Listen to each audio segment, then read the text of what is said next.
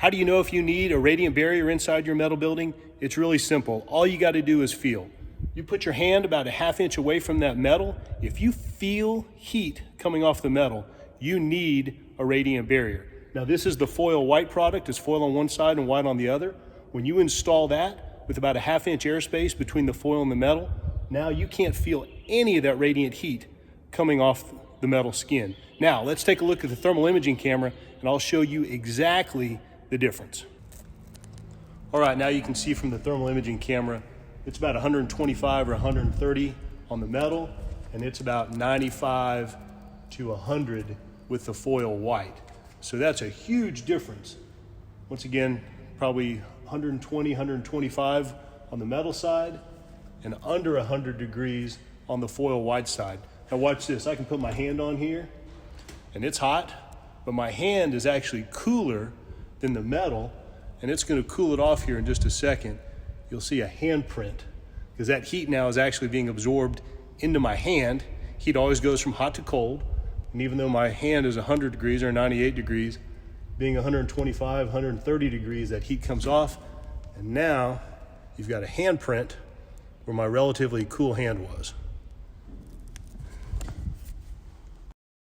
So let's do a full walk around showing the exact temperatures using the thermal imaging camera. This is the internal of the foil white product, about 97, 98 degrees. The internal temperature of this metal is about 126, 127 degrees. Now let's walk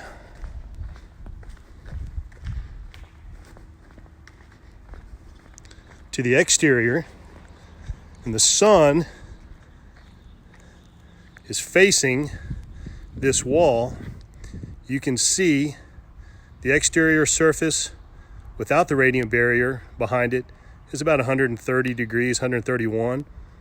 And where the radiant barrier foil is behind it, it gets up to about 150 degrees.